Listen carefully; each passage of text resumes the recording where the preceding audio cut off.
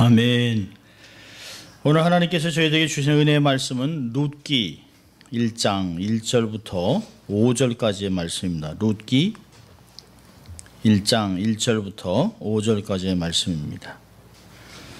기록된 하나님의 말씀을 봉독해 드릴 때 여러분의 삶에 은혜가 있기를 바랍니다. 하나님의 말씀입니다.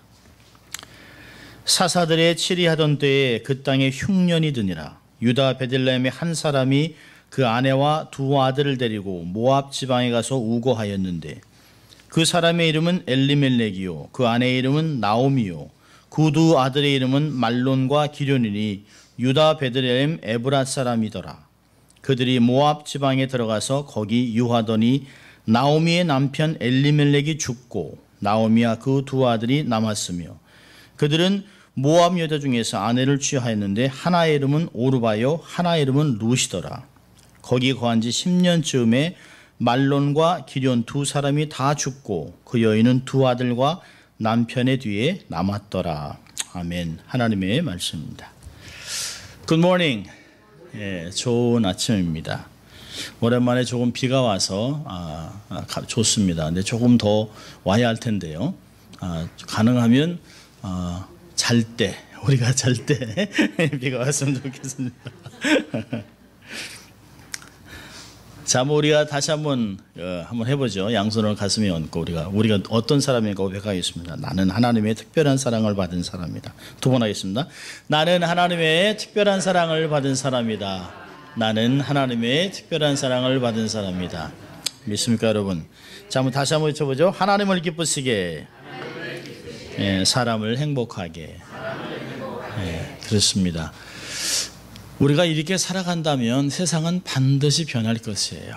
세상 사람들이 세상이 말세를 살아가는데도 오히려 따뜻하고 좋다라고 할 수 있는 것은 우리가 빛과 소금의 역할을 감당하고 매 순간 하나님을 기쁘시게 하고 주위에 있는 사람들의 마음을 따뜻하게 또 격려하고 위로한다면 세상은 정말 하나님을 맛보는 삶이 될 것입니다. 오늘부터 한 10번 정도 룻기를 강의하려고 합니다. 룻기 책은 굉장히 좋은 책입니다. 성경 66권이 다 좋지만 특별히 룻기는 회복의 인생을 이야기합니다. 역전의 인생. 우리는 가끔 그런 얘기 하잖아요. 저는 배경도 좋지 아니하고 남들은 5대째 신앙이라고 하는데 난 이제 믿음이 좀 깨우쳐지고 이제 신앙생활 하는데 저는 직분도 없어요. 제가 무슨 큰일을 하겠습니까? 라고 하는 사람들. 아니면 삶에서 좌절을 경험하고 또 망하거나 힘들고 어려운 가운데 좌절했던 사람들에게는 룻기만큼 소망이 되는 책이 없어요. 룻기를 보면 슬픔과 정말 파멸로 시작됩니다. 마치 1장 5절로 딱 이야기가 끝난다면 참 불쌍하다, 안 됐다. 어떻게 이런 기구한 인생을 살았을까라고 하지만 그 인생을 변화시키는 하나님. 이 룻기에는 하나님이 직접 개입하는 일들은 없습니다. 드러나진 않습니다. 하나님이 직접 말씀하시는 것도 없어요. 그런데 사람들의 대화 속에서 짧은 4장의 85절의 말씀, 아주 짧은 책이지만 여기에 2분의 1 정도가 거의 사람들의 대화로 되면서 그들의 입안에서 하나님의 은혜, 하나님의 뜻, 하나님의 축복이라는 단어들이 계속 나오고 있습니다. 그러니까 보이지 않는 하나님, 나타나지 않지만 우리 인생 전체를 완벽하게 주도하신 하나님이 인생을 변화시키고 역전의 인생으로 만들어간다 라고 하는 것이 룻기의 말씀입니다. 저희 교회와 또 저희들 일단 아팠던 사람들 또 삶에서 고난을 당하고 있는 사람들에게 룻기는 놀라운 희망의 책이 되지 않을 수 없습니다.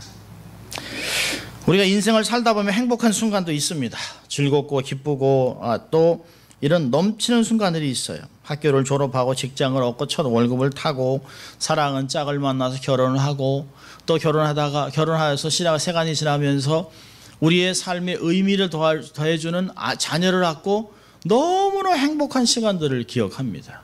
그래서 우리는 가끔 그런 기억을 하면서 참 도왔다. 참 좋은 결정을 했다. 그것 때문에 이렇게 좋은 것들을 누리는구나 라고 하는 시간들을 얻을 수 있습니다. 좋은 것들을 생각하면 우리가 과거지향적으로 살면 안 되지만 하나님이 주신 축복을 세어보면 우리의 삶에 엔돌핀이 돌고 기쁨이 나고 즐거움이 생깁니다.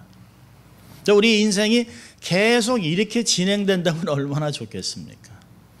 아마 우리가 인생을 잠깐만 돌아보면 아마 주마등같이 확 지나가는 삶 중에서 기쁘고 감사했던 것보다는 우리의 삶에 각인되고 아픈 것들은 삶의 슬픔과 좌절의 경험들입니다. 아마 내가 왜 그런 결정을 그때 해가지고 이렇게 어려움을 당하나. IMF 때 큰 돈을 버는 사람도 있지만 IMF 때 한 번 결정을 잘못해서 깡그리 망한 사람이 있습니다. 잘 나가던 회사가 한순간에 도산을 해버렸습니다. 한 번 잘못 길을 들였다가 파멸의 길을 걷는 사람들이 있습니다. 절망의 시간을 지나면서 좌절하고 극단적인 결정을 하려고 하는 사람들도 있습니다. 그러나 우리가 기억할 것은 인생은 여기서 끝나지 않는다는 것이에요. 인생 역전을 꿈꿀 필요가 있습니다.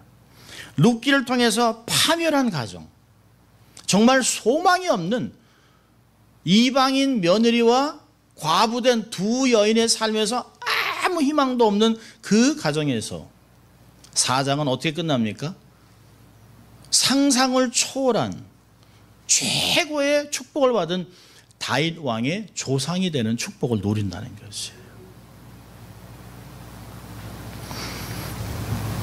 회복하시는 하나님의 은혜로 인생의 역전을 꿈꾸는 여러분 될 수 있기를 주의 이름으로 축원합니다. 저는 1장 1절을 보면 룻기의 배경이 있습니다. 1절 한번 같이 읽습니다. 1절. 사사들의 치리하던 때에 그 땅에 흉년이 드니라. 유대 베들레헴의 한 사람이 그 아내와 두 아들을 데리고 모압 지방에 가서 우거하였는데, 중요한 게 두 가지가 나오고 있어요. 그 시대의 배경을. 첫째는 역사적인 것, 그 당시에 나타나는 상황을 이야기합니다. 역사적인 배경은 사사들이 치리하던 때입니다. 여러분, 사사들이 치리하던 때가 언젠가요? 사사들이 치리하던 때는 이스라엘이 계속 이웃 나라들과 전쟁을 치르던 때입니다. 특별히 사사기를 보면 태평성세를 누려요. 하나님께서 약속의 땅에 12지파에게 각자 땅을 나눠줬습니다. 그리고 그 땅에서 하나님의 축복대로 젖과 꿀이 흐르는 땅에서 복을 누립니다. 그런데 이들이 어느 한순간 갑자기 태평하고 하나님의 복을 누리다가 이웃 나라들을 보면서 기웃기웃하다가 이웃 나라의 우상들을 섬기기 시작합니다. 그래서 하나님의 노를 바래요. 그럼 하나님이 그들을 징계해서 이웃 나라 사람들을 데려다가 이스라엘을 칩니다. 그러면 그 고난을 당하고 10년, 17년, 13년, 18년의 고난을 당하면서 계속 부르짖습니다. 하나님 잘못했습니다. 도와주세요. 그럼 하나님이 은혜로 사사를 일으켜요. 그래서 사사를 통해서 나라를 다시 한번 회복합니다. 그리고 태평성세를 또 누립니다. 그런데 이것이 반복돼요. 죄를 짓고 범죄해서 하나님의 노를 바라고 또 징계를 받고 울고 부르짖다가 하나님이 사사를 부르고 회복하고, 이것이 7번이나 반복합니다. 자, 여러분, 이 사사기 21장 맨 마지막 절을 한번 보세요. 사사기 21장 25절. 사사기의 마지막 구절은 사사시대 전체를 요약하는 말씀이라고 볼 수 있어요. 자, 21장 25절 같이 읽습니다. 그때에 이스라엘의 왕이 없으므로 사람이 각각 그 소견에 옳은 대로 행하였더라. 이스라엘의 왕이 없었더라고 하는 말이 17장부터 4번이나 나오고 있습니다. 이스라엘이 왜 왕이 없어요? 하나님이 내가 너희의 왕이라고 얘기했습니다. 내가 너희들의 왕이 돼서 너희들의 삶을 완벽하게 보호하고 축복하고 모든 것을 공급해 주겠다고 약속하셨지만 이스라엘 사람들은 하나님을 왕으로 섬기지 않습니다. 하나님의 말씀을 무시합니다. 하나님의 말씀 무시하니까 규칙도 없어요. 룰도 없어요. 어떤 기준도 없어요. 아주 각자 자기의 느낌대로 좋은 대로 눈에 보이는 대로 마구 행하는 일을 살아왔습니다. 좋을 대로 자기 느낌대로 무질서하고 음란한 폭력의 시대를 이 한 절 안에 요약하고 있습니다. 그러니까 룻기가 기록될 때는 사사기의 시대, 무법천지의 시대라는 것이에요. 자, 그런 때에 1절에 보니까 그 땅에 흉년이 들었다 얘기하고 있습니다. 여러분, 그 땅이 어디예요? 가나안 땅입니다. 하나님이 약속하고 주신 약속의 땅이에요. 이스라엘 민족이 정착한 가나안 땅입니다. 하나님이 아브라함에게 약속하고 이스라엘에게 주신 약속의 땅이에요. 선조들이 오매불망하며 들어가기를 소원했던 땅입니다.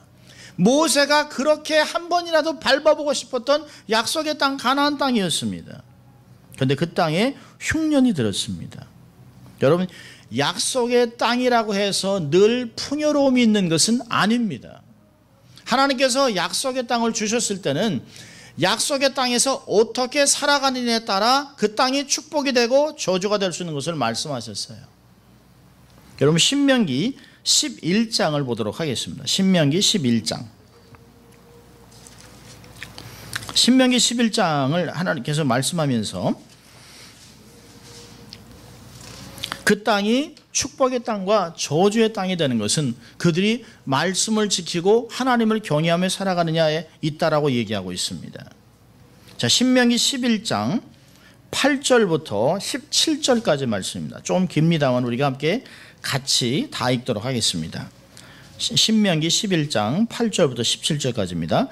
그러므로 너희는 내가 오늘날 너에게 명하는 모든 명령을 지키라. 그리하면 너희가 강성할 것이요 너희가 건너가서 얻을 땅에 들어가서 그것을 얻을 것이며 또 여호와께서 너희의 열조에게 맹세하여 그와 그 후손에게 주시라고 하신 땅 곧 젖과 꿀이 흐르는 땅에서 너희의 날이 장구하리라.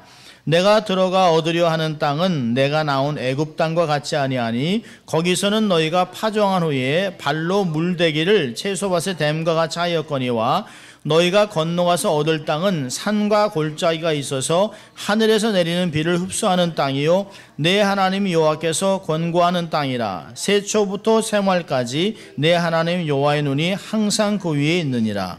내가 오늘날 너에게 명하는 나의 명령을 너희가 만일 청종하고 너희 하나님 여호와를 사랑하여 마음을 다하고 성품을 다하여 섬기면 여호와께서 너희 땅에 이른 비 늦은 비를 적당한 때에 내리시리니 너희가 곡식과 포도주와 기름을 얻을 것이요 또 육축을 위하여 들에 풀이 나게 하시리니 내가 먹고 배부를 것이라. 너희는 스스로 삼가라. 두렵건대 마음이 미혹하여 돌이켜 다른 신들을 섬기며 그것에게 절함으로 여호와께서 너희에게 진노하사 하늘을 닫아 비를 내리지 아니하여 땅으로 소산을 내지 않게 하심으로 너희가 여호와의 주신 아름다운 땅에서 속히 멸명할까 하노라. 여러분, 분명히 말해 놓으셨어요. 하나님이 약속하셨습니다. 가나안 땅은 애굽과 같이 물을 대는 땅이 아니라는 게 천수답입니다. 하늘에서 내리는 비를 바라보고 하늘을 의지하고 살아가는 땅이에요. 그러니까 이스라엘 땅에서 하나님의 축복을 누리고 이 땅이 젖과 꿀이 흐르는 땅이 되려면 하늘을 바라보고 말씀을 지키고 하나님을 경외하면서 하나님의 말씀대로 살아갈 때만 가능한 것입니다. 근데 그렇지 않으면, 말씀을 어기면 하나님께서 하늘문을 닫아서 비가 내리지 않게 하겠다라고 얘기했습니다. 여러분, 북이스라엘 왕 아합이 이세벨과 함께 온 나라를 바알 숭배로 완전히 땅을 물들였을 때 하나님께서 엘리야를 일으킵니다. 역대 열왕기상 17장 1절을 보면 느닷없이 엘리야가 등장하지만 그 느닷없는 게 아니에요. 언약 백성들이 말씀을 어기고 하나님을 거부하고 바알 숭배로 온 땅을 물들였을 때 하나님께서 언약 백성들에게 징계를 내리고 있습니다. 그래서 디셉 사람 엘리야가 나타나서 이야기합니다. 내 입에서 말이 있기 전에는 우로가 없겠다. 비와 이슬이 없을 것이라고 얘기합니다. 그러자 3년 반 동안 온 땅이 기근이 아주 심했다라고 이야기하고 있습니다. 좀 세상에 우연이 있을까요? 아니요, 없습니다. 하나님의 언약 백성에게 하나님께서 언약의 축복과 함께 언약의 징계를 내리는 것들을 볼 수가 있습니다. 다 이럴 때에 2절부터 엘리멜렉의 가정이 그 땅에서 반응을 하기 시작합니다. 약속의 땅에서 흉년이 들었습니다. 그 약속의 땅 중에서도 가장 풍요롭고 부유한라고 하는 베들레헴, 떡집이라는 곳이에요. 베들레헴이라고 하는 House of Bread, 떡집, 빵집입니다. 그만큼 풍요로운 곳이에요. 그런데 풍요로운 곳에 빵이 떨어졌습니다. 자, 이럴 때 엘리멜렉이 어떻게 결정하는 걸 보세요. 이 세 가지의 결정을 하면서 그의 가정은 완전히 파멸하는 곳으로 들어갑니다. 자, 첫째로 이들은 베들레헴을 떠납니다. 여러분, 이 사람 이름이 엘리멜렉입니다. 2절에 보니까 그 사람의 이름은 엘리멜렉이요, 그 아내의 이름은 나오미요. 이름대로 보면 엘리멜렉은 여호와는 나의 왕이다 라는 뜻입니다. 나오미는 기쁨, 즐거움이라는 뜻입니다. 그렇다면 엘리멜렉과 나오미의 부모님들은 상당히 믿음이 있었던 사람들 같아요. 아들을 엘리멜렉이라 주면서 이름을 부를 때마다 여호와는 나의 하나님, 여호와는 너는 평생을 살아가면서 하나님 중심, 말씀 중심, 여호와를 왕으로 섬기는 아들이 됐으면 좋겠다라고 하는 마음으로 아들을 엘리멜렉이라고 지었습니다. 나오미는요, 너는 모든 사람의 기쁨이 되거라, 모든 사람의 즐거움이 되거라, 너의 삶으로 사람의 삶에 기쁨을 주는 그런 아름다운 여인이 되라고 부모는 그렇게 이름들을 지어놨습니다. 자, 그런데 그렇다면 엘리멜렉은 어려서부터 아버지로부터 부모로부터 받은 신앙이 뭐예요? 하나님 중심입니다. 그런데 이름값을 못해요. 엘리멜렉이 삶에서, 특별히 베들레헴에 살면서 가뭄과 흉년이 들었습니다. 그런데 이는 왜? 라는 질문을 하지 않습니다. 왜 내가 사는 베들레헴, 왜 내가 사는 유다 땅, 왜 내가 사는 떡집이라고 하는 가장 풍요한 곳에 왜 떡이 떨어졌을까? 왜 우리의 삶에 흉년이라고 하는 고난이 왔을까라는 질문하지 않습니다. 여러분, 흉년은 하나님의 언약 백성에 내리는 징계라고 신명기를 통해서 봤습니다. Covenant punishment. 하나님의 말씀을 순종하지 아니하고 자기 방식대로 자기 마음대로 살아가는 사람들을 하나님은 보호하지 않습니다. 축복하지 않습니다. 그들에게 흉년과 기근이 온 것은 너무나 당연한 결과입니다. 여러분, 사람들은 고난이 오면 그 고난을 피하기 위해서 아주 쉬운 방법을 택합니다. 그게 뭔지 아세요? 현실을 도피하는 거예요. 왜 하나님께서 이 풍요로운 땅 베들레헴에게 흉년을 내렸을까? 하나님 왜 그러셨어요? 라고 하나님께 묻지 않습니다. 여러분, 사람들은 원인을 밖에서 찾으러 갑니다. 너 때문에, 환경 때문에, 교회 때문에, 사람들 때문에 라고 얘기하지만 사실은 진짜 원인은 내 안에 있는 것들을 알아야 합니다. 본질적인 원인은 내 안에 있습니다. 근데 사람들은 그렇게 얘기합니다. 환경이 어려우니까 떠날 수밖에 없어요. 사람들 다 그렇게 하지 않습니까? 어려운데 여기서 다 죽으라는 얘기입니까? 그럴 수는 없잖아요. 떠나야지요. 그렇게 살아요. 아니요, 그렇지 않습니다. 그 땅을 떠나지 않았던 보아스도 있다는 걸 잊지 말아야 합니다. 룻기가 누굴 통해서 회복해요? 보아스를 통해서 합니다. 가뭄과 흉년 때 현지를 떠나지 않고 자기의 삶을 충성되게 지켰던 보아스를 통해 하나님은 그의 가정을 회복하는 것들을 경험할 수 있어요. 두 번째 잘못 결정은 뭘까요? 이들이 모압 땅으로 갑니다. 엘리멜렉은 잠시 흉년이라는 역경을 피하려고 이주를 결정했지만 뜻대로 귀환하지 못합니다. 결국은 10년의 세월이 흘러가고 그걸 통해서 집안의 남자들이 다 죽습니다. 여러분, 하나님의 인도를 따라서 말씀을 쫓아갔던 아브라함, 족장들과는 완전 다른 모습으로 삶을 살아갑니다. 아마 엘리멜렉의 가정은 부유했던 것 같아요. 아마 온 지방에 전체에 가뭄이 있었다는 건 아닌 것 같습니다. 아마 그랬다면 아마 대이동이 있었겠죠. 적어도 빨리 우리 가정이 좀 이것을 벗어나겠다 해서 돈도 있고 유력한 사람이기 때문에 50마일 떨어진 모압 땅으로 갑니다. 여러분, 결정은 잘못 선택했다는 것이에요. 약속의 땅에 하나님의 축복이 끊어졌다면 하나님의 언약이 없는 땅에는 더 가뭄이 심할 것이라고 하는 것입니다. 여러분, 모압은 어떤 것입니까? 모압은 소돔과 고모라가 유황불로 완전히 다 없어질 때 하나님이 아브라함 때문에 롯의 가정을 회복하기로 합니다. 구하기로 합니다. 그런데 롯의 사위들은 자기의 그 장인어른의 말을 농담으로 여기다 다 타죽습니다. 뒤를 돌아보지 말라고 하는 말을 불순종하다가 롯의 아내는 소금구덩이 됩니다. 그러니까 아버지의 말을 따라온 두 딸과 아버지와 셋만 살아남았습니다. 그리고 그들은 작은 곳에 숨어있게 돼요. 그런데 큰 딸들이, 우리 한번 창세기 19장을 보겠습니다. 창세기 19장을 보면, 창세기 19장 31절부터 33절입니다. 하나님이 이들을 살려주셨습니다.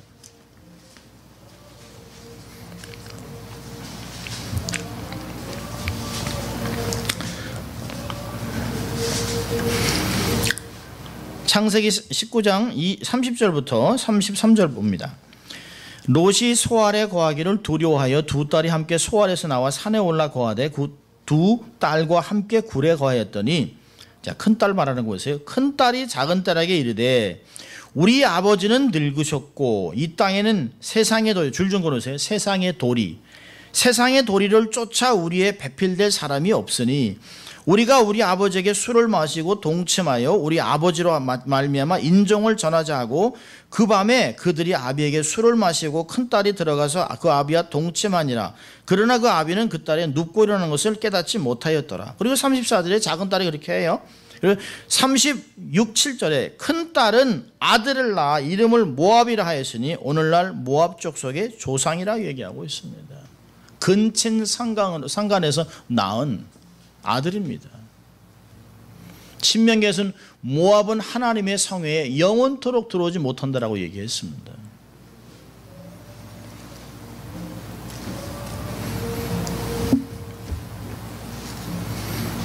세상의 도리가 뭡니까? 롯의 딸들은 소돔과 고모라에 살아가면서 소돔과 고모라에서 살아가는 삶에 익숙해진 사람들입니다. 성적으로 아주 타락한 삶에 익숙한 사람들이에요. 소돔과 고모라에 살면서 삶에 스며든 세속과 음란이 그들의 삶을 주장했습니다. 그래서 그들은 얘기합니다. 세상의 도리를 쫓아서 남자가 없으니까 아버지를 통해서 자식을 낳자라고 이야기합니다. 여러분, 성도들은 결코 절대로 세상의 도리를 쫓아 살아가면 안 돼요. 하나님 말씀대로만 살아야 하는 것입니다. 여러분, 이 모압은 출애굽한 이스라엘을 저주하기 위해서 모압 왕 발람이 발락 선지자를 동원해서 사주에서 이스라엘을 저주하려고 합니다. 민수기 22장부터 24장까지 보면 그게 안 돼요. 실패로 돌아가자 발락 선지자가 이스라엘을 실족하는 방법을 발람에게 이야기해 줍니다. 그래서 그들에게 우상 숭배할 때, 그 섹스 파티를 할 때 그들을 불러냅니다. 그래서 이스라엘 남자들이 모압 여인들과 간음을 하다가 24,000명이 연병으로 죽습니다. 그게 민수기 25장이에요. 또 사사기의 최근을 보면 3장을 보면 모압 왕 에글론에게 18년을 수모를 당합니다. 역사적으로 모압과는 상관하지 말아야 되는 것이에요. 그런데 그 지역으로 갔습니다. 모압은 바알 못지않게 고대 근동지방에서 숭배되었던 바벨론의 그모스라는 전쟁의 신을 섬기는 곳입니다. 그모스는 무엇으로 인용하면 인신제사, 어떤 특별한 일을 결정하기 위해서 자기의 아들과 딸을 산채로 그모스 신에 불러 던져 죽입니다. 여러분, 경건하게 열방의 제사장으로 살아야 될 이스라엘의 언약 백성이 우상이 가득한 하나님이 저주한 땅으로 이사했다는 건 말이 되는 것이 아니에요. 내가 신앙생활 하다가 고난이 왔다고 해서 말씀을 버리고 교회를 떠나고 우상이 가득한 세상으로 돌아간다고 하는 것은 있을 수 없는 일이죠.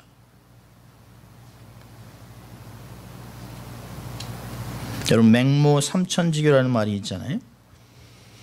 맹자의 어머니는 자식이 주변의 사람들의 영향을 받고 물드는 것을 보면서 3번이나 아들의 교육을 위해서 이사했다는 유명한 말입니다.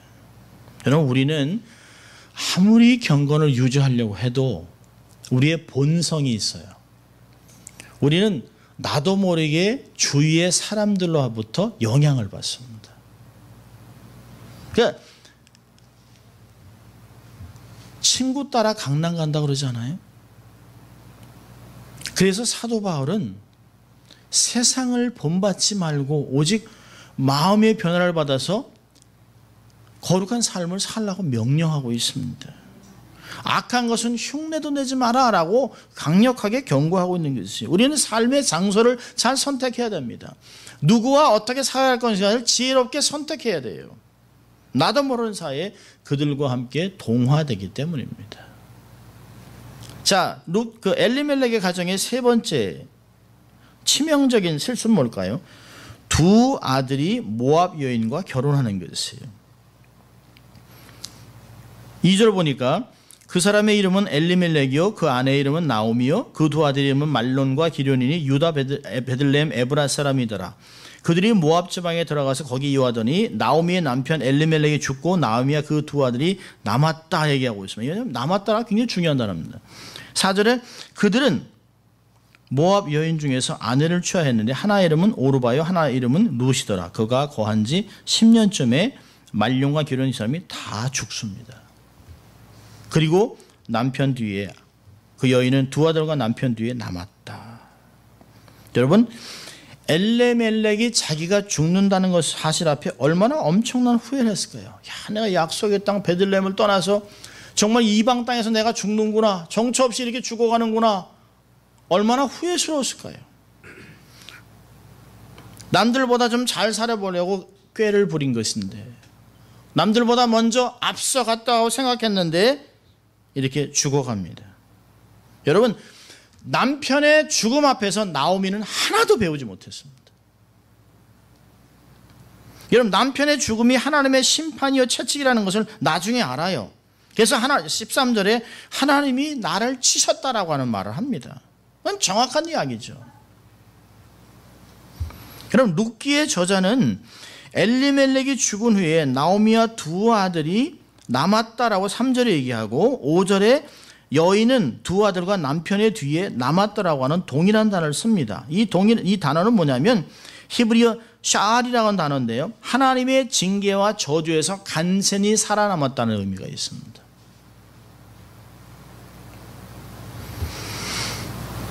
자기의 남편이 죽었음에도 불구하고 하나님의 징계로 죽었음에도 불구하고 나오미는 깨닫지 못합니다. 그리고 이미 모압 땅에서 동화된 아들들이 그들이 모압 여인을 며느리로 받아들이는 것을 허락합니다. 룻과 오르바를 택합니다. 여러분, 이스라엘 백성이 모압 여인과 결혼하는 것은 하나님께서 금지하신 일입니다. 신명기 7장 3절 4절을 보면 너희들이 가나안 땅에 들어가면 이 모든 민족과 혼인하면 안 된다라고 얘기했습니다. 딸을 주지 말아라. 그들의 딸을 며느리로 드리지 말아라 라고 얘기하면서 신명기 7장 3절 4절은 이렇게 합니다.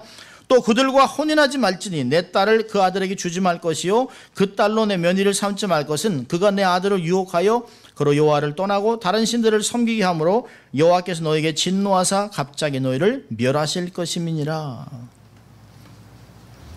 여러분, 그들이 모압 땅에 거한 지 10년쯤에 말론과 기련 2 사람이 다 죽습니다. 여러분, 한 아들이 죽어도 기가 막힌데 2 아들이 거의 비슷한 시기에 죽습니다. 여러분, 10년이라고 한다는 그냥 10년을 의미하는 것이 아니에요. 구약의 십진법을 썼는데요. 충분한 시간을 살았다는 것이에요. 손가락이 10손가락이잖아요. 그러니까 이들이 모압의 문화를 익숙해질 정도로 충분한 삶을 살았어요.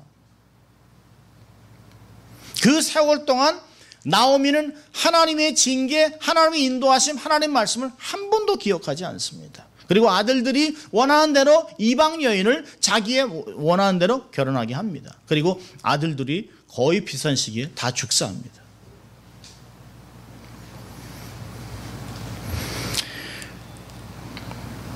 남편이 죽은 것이나 그 두 아들이 죽은 것은 다 하나님의 징벌이죠. 우리는 한 가족의 비극적인 일을 읽으면서 우리는 무엇을 배워야 합니까? 참 안 됐다 라고 하는 감정에서 멈추면 안 돼요. 왜 하나님께서 여기에 이 기록을 통해서 우리에게 교훈을 하고 있는가를 깨달아야만 하는 것입니다.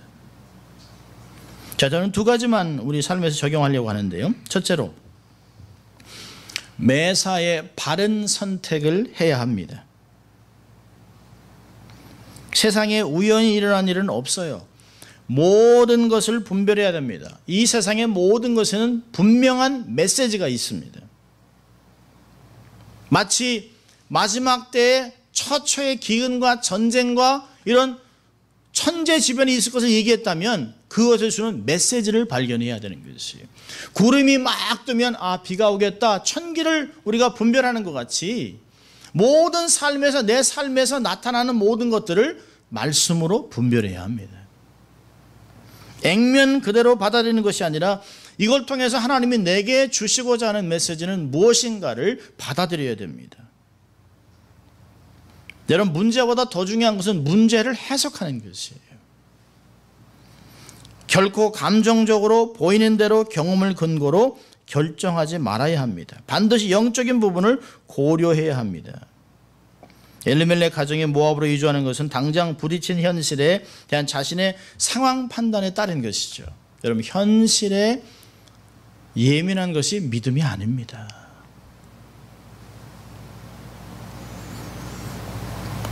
정말 믿음은 매 순간 하나님께 물어보는 것이에요. 하나님은 뭐라고 얘기하실까? 하나님은 내게 뭐라고 인도하실까를 생각해야 됩니다. 세상적으로 자기의 결정이 지혜롭다고 확신했는지 모르지만 엘리멜렉의 결정은 치명적인 실수였습니다. 고린도후서 5장 7절에 얘기합니다. 우리가 믿음으로 행하고 보는 것으로 하지 않는다. 적어도 예수 믿는 사람이라면 보는 대로 행하는 것이 아니라는 것이에요. 믿음대로 살아야 합니다. 히브리서 11장 1절에서는 믿음은 바라는 것들의 실상이요 보지 못하는 것들의 증거라고 얘기하고 있습니다. 기억하세요. 보이는 것이 다가 아닙니다. 하나님의 섭리, 하나님의 손길, 하나님의 방법을 깨달아야 합니다. 영안이 열려서 현실 뒤에서 역사하시는 하나님의 손길, 하나님의 사인들을 우리는 발견해야 합니다. 자, 그러기 위해서는 매사에 바른 선택하기 위해서 네 가지가 필요한데요. 첫째로는 기도해야 합니다.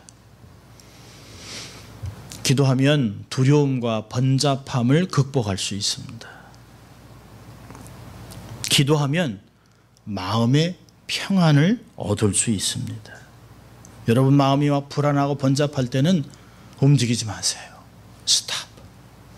그리고 기도하세요. 두 번째로는 말씀을 상고해야 합니다. 하나님은 매사에 뭐라고 말씀하셨나? 하나님 우리에게 언약 백성들이 어떻게 살라고 말씀하셨나를 생각해야 합니다. 하나님의 의도와 하나님의 뜻은 뭔가? 이 뜻을 가지고 현실을 해석하는 것이에요. 그러면 문제의 원인을 깨닫게 됩니다. 세 번째로는요, 조급해하지 마십시오. 믿음이 떨어졌다는 것의 특징은 급합니다. 그리고 성급하면 반드시 실수합니다. 네 번째는 세상 방법을 버리십시오. 넓은 길을 들어서면 안 됩니다. 세상 사람들이 다 그렇게 사는 그곳에 가 있으면 안 됩니다. 잠언서 3장 5절 6절을 이렇게 얘기합니다. 너는 마음을 다하여 여호와를 의뢰하고 내 명철을 의지하지 말라. 너는 범사의 그를 인정하라. 그리하면 내 길을 지도하시리라. 매사에 바른 선택을 해야 합니다. 광고에도 이런 문구가 있잖아요. 순간의 선택이 10년을 좌우한다. 여러분, 우리의 선택이, 엘리멜렉의 선택이 자기의 죽음을 가져왔습니다. 나오미의 선택이 자기의 두 아들을 죽음으로 몰아냈습니다. 어려움이 올 때 스스로 자기 방법을 꾀를 내서 살려가지 마세요. 자기 힘으로 살려가면 죽을 수 있어요. 하나님을 기억하고 하나님께 돌이키고 하나님께 기도하고 말씀을 상고하세요. 주의 뜻을 구하십시오. 그러면 살 길이 열릴 줄 믿습니다. 두 번째로는 매사에 바른 선택하고, 두 번째는 때를 놓치지 말아야 합니다. 하나님의 경고를 깨달아야 합니다. 여러분, 우리가 운전할 때도 노란불이 나오면 속도를 줄이고 멈출 준비를 해야 되잖아요. 운전하다 보면 큰 사인을 봅니다. road work ahead, detour, no parking anytime, stop, dead end, speed limit. 이게 다 우리를 잡으려고 하는 것이 아니에요. 우리의 안전을 위해서 사인판을 만들어 놓은 것이에요. 하나님께서 우리에게 다양한 사인판을 만들어 놓으셨어요. 말씀과 함께 사람, 환경, 이런 것들을 다 사인판으로 우리에게 얘기하고 있습니다. 경고하고 있습니다. 어떤 때는 마음 깊은 곳에 확신을 주기도 하고, 어떤 때는 마음의 불안함을 통해서 멈추게 할 때가 있습니다. 여러분, 하나님의 징계가 삶에 임하면 멈춰야 합니다. 그것을 벗어나기 위해서 스피드를 내면 안 돼요. 노란불에서 빨리 지나가려고 하다가 결국엔 사고 나잖아요.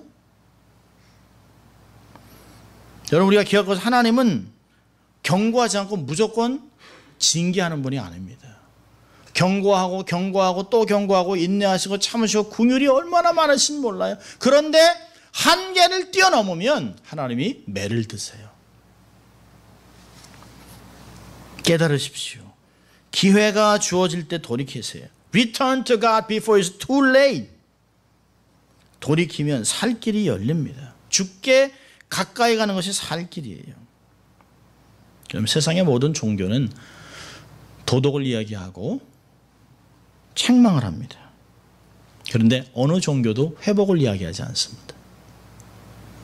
기독교에만 회복이 있습니다. 어려운 때가 되면 결단해야 됩니다. 이렇게 주저앉고 이렇게 망할 것인가? 그럴 수 없다라고 우리가 결단하고 주 앞에 나와야 합니다. 이제는 우리가 할 것 다 하고, 이제는 하나님, 내가 잘못했습니다. 내 방법대로 살지 않겠습니다. 이젠 분연히 벌떡 일어나서 주님께 내가 갑니다라고 결정해야 합니다. 그러면 하나님이 확실한 답을 주실 것이에요. 여러분, 룻기는 너무 우울한 이야기로 시작합니다. 죽고 다 죽었다. 그렇지만 이야기는 우울한 것으로 끝나지 않습니다. 하나님의 은혜와 회복을 이야기합니다. 상황을 반전시키는 놀라운 결단으로 룻기는 절망 가운데 있었던 과부들이 이스라엘 역사에서 가장 위대한 다윗 왕조의 조상이 되었다는 상상할 수도 없는 놀라운 회복을 우리에게 소개하고 있습니다. 이것이 룻기에만 있는 것이 아니에요.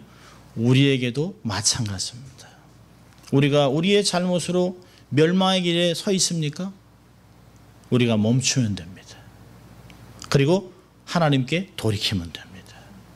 그러면 우리가 전혀 생각할 수 없었던, 아마 우리가 이런 고백, 하나님 정말 나는 죽어도 싼데 그냥 내버려둬도 되는데 하나님 이렇게까지 나를 축복하셨습니까? 라고 하나님의 은혜를 감격할 때가 온다는 것이에요.